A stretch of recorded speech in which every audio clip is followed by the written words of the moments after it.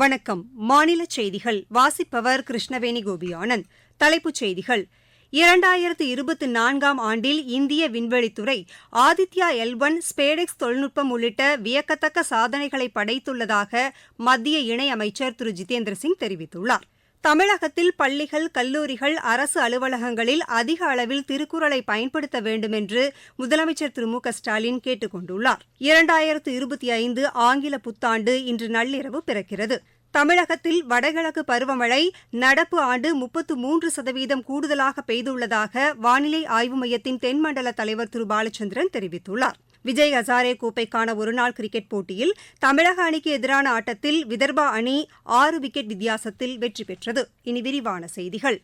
2024ஆம் ஆண்டில் இந்திய விண்வெளித்துறை பல சாதனைகளை படைத்துள்ளதாக மத்திய விண்வெளி மற்றும் அணுசக்தித்துறை இணையமைச்சர் திரு ஜிதேந்திர சிங் தெரிவித்துள்ளார். புதுதில்லியில் இன்று செய்தியாளர்களிடம் பேசிய அவர், 2024 புத்தாண்டு தினத்தன்று சூரியனை ஆய்வு செய்வதற்காக ஆதித்யா L1 விண்வெளி பயண திட்டம் தொடங்கப்பட்டதை சுட்டிக்காட்டினார். இந்த ஆண்டு ஆகஸ்ட் மாதத்தில் முதலாவது தேசிய விண்வெளி தினம் கொண்டாடப்பட்டதையும் அவர் குறிப்பிட்டார்.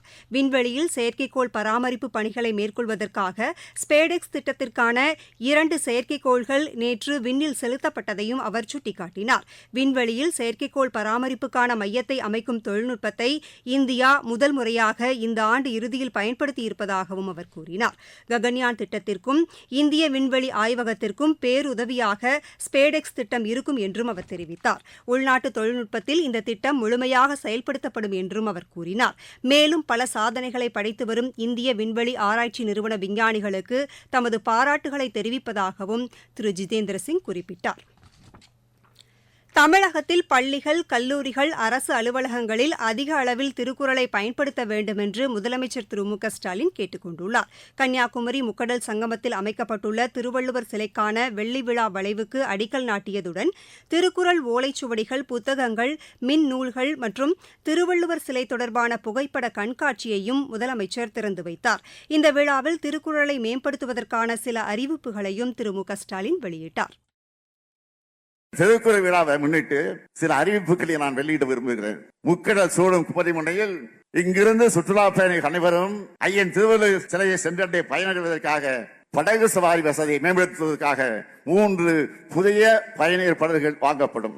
ஒவ்வொரு மாவட்டத்திற்கும் திருக்குறள்ல ஆர்வமும் புலமைமிக்க ஆசிரியர்கள், பயிற்றுநர்கள் தேர்வு செய்யப்பட்டு அவங்களுக்கு பயிற்சி வழங்கி மாவட்டந்தோறும் தொடர் பயிலரங்குகள், பயிற்சி வகுப்புகள் நடத்தப்படும். திருக்குறள் திருப்பணிகள் தொடர்ந்து நடைபெறும் திட்டம் வகுக்கப்படும். ஆண்டுக்கு 133 உயர்கல்வி நிறுவனங்கள்ல திருக்குறள் தொடர்பான கலை, இலக்கிய, அறிவுசார் போட்டிகள் மற்றும் கருத்தரங்குகள் நடத்த திட்டமிடப்படும். தமிழ் திறனை தேர்வுல வெற்றி பெற்ற மாணவர்களுக்கான திருக்குறள் மாணவர் மாநாடு ஆண்டுதோறும் நடத்தப்படும். திருக்குறளும் உரையும் அரசு அலுவலகங்களில் எழுதப்படுவது போல தனியார் நிறுவனங்கள் எழுதுவதற்கு ஊக்குவிக்க உரிய முயற்சிகள் மேற்கொள்ளப்படும். தமிழ்நாட்டோட தென்கோடியில் அமைந்திருக்கிறது மட்டும் இல்லாம வள்ளுவர் சிலையால சிறப்பு பெற்றிருக்கக்கூடிய சுற்றுலா பயணிகள் இருக்கக்கூடிய வகையில கன்னியாகுமரியுடைய பேரூராட்சி நகராட்சியாக தரம் உயர்த்தப்படும். தமிழகத்தில் சுற்றுச்சூழல் மற்றும் பருவநிலை மாற்றம் தொடர்பான விழிப்புணர்வை மக்களிடையே ஏற்படுத்தும் நோக்கில் வரும் ஆண்டு பிப்ரவரி மாதம் விழிப்புணர்வு மாநாடு நடத்தப்படும் என்று மாநில அரசு அறிவித்துள்ளது. இது தொடர்பாக மாநில சுற்றுச்சூழல் துறை இயக்குநர் விடுத்துள்ள செய்திக்குறிப்பில், இளைஞர்களை சுற்றுச்சூழல் விழிப்புணர்வு மற்றும் பருவநிலை சவால்களை எதிர்கொள்வதற்கு தயார் செய்யும் நோக்கில் அவர்களுக்கான மாஸ்காட் டிசைன் கான்டெஸ்ட் என்ற தலைப்பில் போட்டிகள் நடத்தப்படும் என்று தெரிவிக்கப்பட்டுள்ளது. இப்போட்டிகளில் வெற்றி பெறுபவர்களுக்கு முதல் பரிசாக 1 லட்சம் ரூபாய் வழங்கப்படும். மேலும் 5 பேருக்கு தலா 10,000 ரூபாய் ஆறுதல் பரிசாக வழங்கப்படும் என்றும் தெரிவிக்கப்பட்டுள்ளது. இப்போட்டிகளில் பங்கு பெற விரும்புவோர் மாநில அரசின் சுற்றுச்சூழல் துறை இணையதளமான environment.tn.gov.in என்ற முகவரியில் ஜனவரி 10ஆம் தேதிக்குள் விண்ணப்பிக்க வேண்டும் என்றும் அந்த செய்திக்குறிப்பில் கேட்டுக் கொள்ளப்பட்டுள்ளது. நீங்கள் கேட்டுக்கொண்டிருப்பது மாநில செய்தி அறிக்கை. 2024ஆம் ஆண்டுக்கு விடை கொடுத்து 2025 ஆங்கில புத்தாண்டு இன்று நள்ளிரவு பிறப்பதை ஒட்டி புத்தாண்டை வரவேற்க மக்கள் தயாராகி வருகின்றனர். புத்தாண்டை வரவேற்கும் விதமாக சிறப்பு கொண்டாட்டங்களும் நள்ளிரவு நடைபெறுகின்றன. புத்தாண்டை ஒட்டி தேவாலயங்களில் நள்ளிரவு சிறப்பு பிரார்த்தனைகளுக்கு ஏற்பாடுகள் செய்யப்பட்டுள்ளன. தேவாலயங்கள் வண்ண விளக்குகளால் அலங்கரிக்கப்பட்டுள்ளன. கோவில்களிலும் சிறப்பு பூஜைகளுக்கு ஏற்பாடுகள் செய்யப்பட்டுள்ளன. புத்தாண்டு கொண்டாட்டத்தை ஒட்டி தமிழகம் முழுவதும் பாதுகாப்பு பலப்படுத்தப்பட்டுள்ளது. சென்னை மெரினா கடற்கரையில் நள்ளிரவு மக்கள் கூட்டம் அதிகமாக காணப்படும் என்பதால் கண்காணிப்பு தீவிரப்படுத்தப்பட்டுள்ளதாக காவல்துறை தெரிவித்துள்ளது.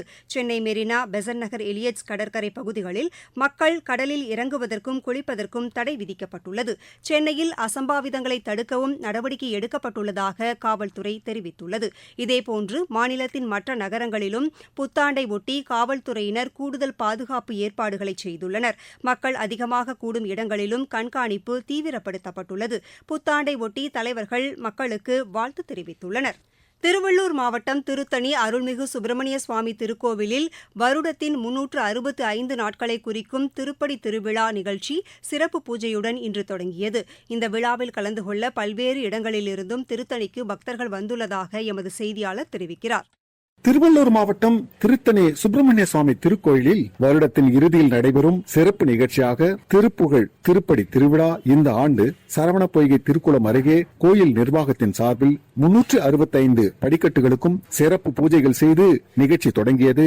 தமிழகத்தின் பல்வேறு பகுதிகளில் இருந்தும் மற்றும் அண்டை மாநிலமான ஆந்திரா, கர்நாடகா, தெலுங்கானா போன்ற மாநிலங்களில் இருந்தும் பக்தர்கள் சாமி தரிசனத்துக்கு மலைக்கோயில் படிக்கட்டுகளில் மஞ்சள் குங்குமத்தை வைத்து வழிபட்டு வருகின்றனர். நிகழ்ச்சியில் பல்லாயிரக்கணக்கான பக்தர்கள் டிசம்பர் 31ஆம் தேதி முதல் ஜனவரி 1ஆம் தேதி வரை வருவார்கள் என்பதால் திருவள்ளூர் மாவட்ட காவல்துறை கண்காணிப்பாளர் தலைமையில் 300க்கும் மேற்பட்ட போலீசார் பாதுகாப்பு பணியில் ஈடுபட்டுள்ளனர். இந்த சிறப்பு நிகழ்ச்சியை ஒட்டி தமிழகத்தின் பல்வேறு பகுதிகளில் இருந்தும் மற்றும் சென்னையில் இருந்தும் சிறப்பு ரயில்கள், பேருந்துகள் திருத்தணிக்கு இயக்கப்பட்டு வருகிறது. திருவள்ளூர் மாவட்ட செய்தியாளர் கே தனசேகரன். 2024-2025 ஆண்டுக்கான திருத்தப்பட்ட வருமான வரி கணக்குகளை தாக்கல் செய்வதற்கான கால அவகாசம் ஜனவரி 15ஆம் தேதி வரை நீட்டிக்கப்படுவதாக மத்திய நேரடி வரிகள் வாரியம் அறிவித்துள்ளது. இதனையடுத்து தாமதமாக வருமான வரி கணக்கு தாக்கல் செய்வோர் மற்றும் திருத்தப்பட்ட கணக்குகளை தாக்கல் செய்வோருக்கு 2 வார கால கூடுதல் அவகாசம் கிடைத்துள்ளது. தமிழகத்தில் வடகிழக்கு பருவமழை நடப்பு ஆண்டு 33% கூடுதலாக பெய்துள்ளதாக வானிலை ஆய்வு மையத்தின் தென்மண்டல தலைவர் திரு பாலச்சந்திரன் தெரிவித்துள்ளார். சென்னையில் இன்று செய்தியாளர்களிடம் பேசிய அவர் ஜனவரி 15ஆம் தேதி வரை மாநிலத்தில் பரவலாக மழை பெய்ய வாய்ப்புள்ளதாக கூறினார். தென்மேற்கு பருவமழை காலத்தில் 18% இயல்பை அதிகம், வடகிழக்கு பருவமழை காலத்தில் 33% இயல்பை அதிகம், ஆண்டு கணக்கு 28% இயல்பை விட அதிகம். கடந்த ஆண்டு பார்க்கும் பொழுது 10% இயல்பை விட அதிகம் தென்மேற்கு பருவமழை காலத்தில், வடகிழக்கு பருவமழை 27% அதிகம். புயல்களை பொறுத்த வரைக்கும் பார்க்கின்ற பொழுது இந்த ஆண்டு ரேமல், அஸ்னா, தானா, பெங்கல், அரபிக்கடல், வங்கக்கடல் மொத்தமாக 4 புயல்கள் உருவானது. தற்பொழுது நிலவரப்படி பார்க்கும் பொழுது நமக்கு வளிமண்டல கீழடுக்கு சுழற்சி இந்திய கடல் மற்றும் அதனை ஒட்டிய தென்மேற்கு வங்கக்கடல் பகுதியில் நிலவுகிறது. பொதுவாக மிதமான மழை 1-2 பகுதியில் கனமழை இருக்கும். தெற்கு பகுதியில் தான் அதிகமாக இருக்கும். 7ஆம் தேதி முதல் மீண்டும் மழை வருவதற்கான வாய்ப்புகள் இருக்கின்ற காரணத்தால் பொங்கல் வரைக்கும் மழை வருவதற்கான வாய்ப்பு இருக்கிறதா. வடகிழக்கு பருவமழையுடைய விலகல் பிறகுதான் தெரிவிக்கப்படும். மாவட்டச் செய்திகள். திருப்பத்தூர் மாவட்டத்தில் மாணவ மாணவிகளின் நலனை பாதுகாக்கும் பொருட்டு அரசு வழிகாட்டி விதிமுறைகளை பின்பற்றுதல் தொடர்பான ஆய்வுக் கூட்டம் ஆட்சியர் திரு தர்பகராஜ் தலைமையில் இன்று நடைபெற்றது. காஞ்சிபுரம் மாவட்டத்தில் பொங்கல் பண்டிகையை ஒட்டி பொதுமக்களுக்கு வழங்கப்படவுள்ள வேட்டி சேலைகள் வைக்கப்பட்டுள்ள சிறுகாவேரிப்பாக்கம் தமிழ்நாடு நுகர்பொருள் வாணிப கழக கிடங்கினை ஆட்சியர் திருமதி கலைச்செல்வி மோகன் ஆய்வு செய்தார். விடுதலைப் போராட்ட வீரர் தியாகி விஸ்வநாததாஸ் நினைவு தினத்தை ஒட்டி மதுரை மாவட்டம் திருமங்கலத்தில் அன்னாரது நினைவு இல்லத்தில் அமைக்கப்பட்டுள்ள உருவச்சிலைக்கு மாவட்ட ஆட்சியர் திருமதி சங்கீதா மாலை அணிவித்து மரியாதை செலுத்தினார். வைணவ திருத்தலங்களில் ஒன்றான மதுரை அருள்மிகு கூடலழகர் பெருமாள் கோவில் பகல் 10 உற்சவம் இன்று கோலாகலத்துடன் தொடங்கியது. சென்னை மாவட்ட அளவிலான 2024-25 ஆண்டிற்கான மாரத்தான் போட்டி அடுத்த மாதம் 10ஆம் தேதி நடைபெறும் என ஆட்சியர் திருமதி ரஷ்மி சித்தார் ஜெகடே தெரிவித்துள்ளார். விளையாட்டுச் செய்திகள். விஜய் ஹசாரே கோப்பைக்கான ஒருநாள் கிரிக்கெட் போட்டியில் தமிழக அணிக்கு எதிரான ஆட்டத்தில் விதர்பா அணி 6 விக்கெட் வித்தியாசத்தில் வெற்றி பெற்றது. விசாகப்பட்டினத்தில் இன்று நடைபெற்ற ஆட்டத்தில் முதலில் பேட் செய்த தமிழ்நாடு அணி 48.4 ஓவரில் அனைத்து விக்கெட்டுகளையும் இழந்து 256 ரன் எடுத்தது. 257 ரன் எடுத்தால் வெற்றி என்ற இலக்குடன் களமிறங்கிய விதர்பா அணி 43.5 ஓவரில் 4 விக்கெட்டுகளை மட்டுமே இழந்து வெற்றி இலக்கை எட்டியது. சந்தோஷ் கோப்பை கால்பந்து போட்டியின் இறுதி ஆட்டத்தில் கேரளா இன்று மேற்குவங்க அணியை எதிர்கொள்கிறது. இப்போட்டி ஹைதராபாத்தில் இரவு மணி 7:30க்கு தொடங்குகிறது. மீண்டும் தலைப்புச் செய்திகள். 2024ஆம் ஆண்டில் இந்திய விண்வெளித்துறை ஆதித்யா L1 ஸ்பேடெக்ஸ் தொழில்நுட்பம் உள்ளிட்ட வியக்கத்தக்க சாதனைகளை படைத்துள்ளதாக மத்திய இணையமைச்சர் திரு ஜிதேந்திர சிங் தெரிவித்துள்ளார். தமிழகத்தில் பள்ளிகள், கல்லூரிகள், அரசு அலுவலகங்களில் அதிக அளவில் திருக்குறளை பயன்படுத்த வேண்டும் என்று முதலமைச்சர் திரு மு க ஸ்டாலின் கேட்டுக் கொண்டுள்ளார். 2025 ஆங்கில புத்தாண்டு இன்று நள்ளிரவு பிறக்கிறது. தமிழகத்தில் வடகிழக்கு பருவமழை நடப்பு ஆண்டு 33% கூடுதலாக பெய்துள்ளதாக வானிலை ஆய்வு மையத்தின் தென்மண்டல தலைவர் திரு பாலச்சந்திரன் தெரிவித்துள்ளார்.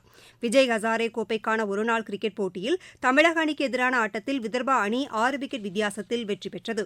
இத்துடன் இந்த செய்தியறிக்கை நிறைவடைகிறது. எமது செய்திகளை சமூக வலைதள பக்கங்களில் AIR நியூஸ் சென்னை என்ற முகவரியிலும் RNU சென்னை என்ற யூடியூப் சேனலிலும் உடனுக்குடன் அறிந்து கொள்ளலாம்.